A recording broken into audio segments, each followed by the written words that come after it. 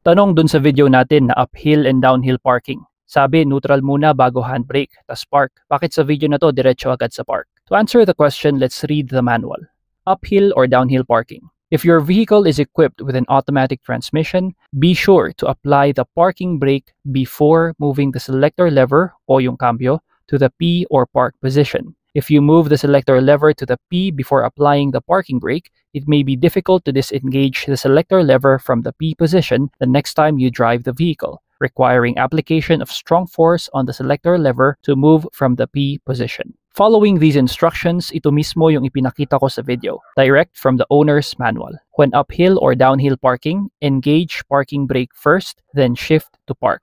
Ito ay para hindi mahirap tanggalin sa park itong cambio kapag aalis na. Magiging mahirap kasing ilipat mula sa P o park papunta sa drive kung yung weight ng vehicle ay hindi nasa handbrake at nasa parking pole. FYI, parking pole ay isang locking mechanism sa loob ng transmission. Ngayon, yung iba, ang ginagawa, neutral muna, engage handbrake, release brake pedal, tapos kapag nakakagat na sa parking o handbrake, tsaka na lang ide-depress ulit yung brake pedal para ma-shift to park. Generally, kapag uphill o downhill parking, lalo dito sa Baguio maraming ganito, at kung manual handbrake ang sasakyan, advisable na gawin ito. Minsan kasi pag uphill o downhill parking, pag engage mo sa manual handbrake, akala mo hawak na niya yung weight ng sasakyan.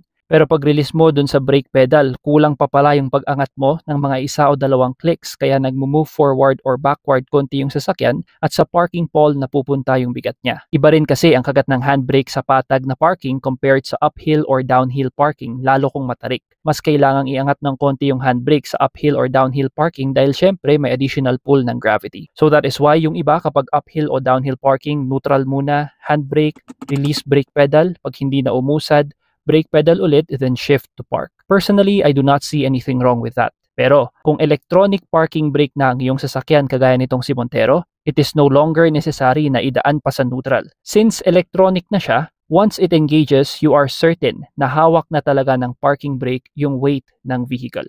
Another benefit pala of making sure na nasa handbrake yung bigat ng sasakyan, aside from hindi mahihirapang mag-shift from park to drive, kung sakali kasi na nakapark sa uphill or downhill tapos nabangga yung sasakyan, kung parking pole ang may hawak sa weight ng vehicle, ito yung madadamage. Kapag nasa handbrake ang bigat, this will be avoided.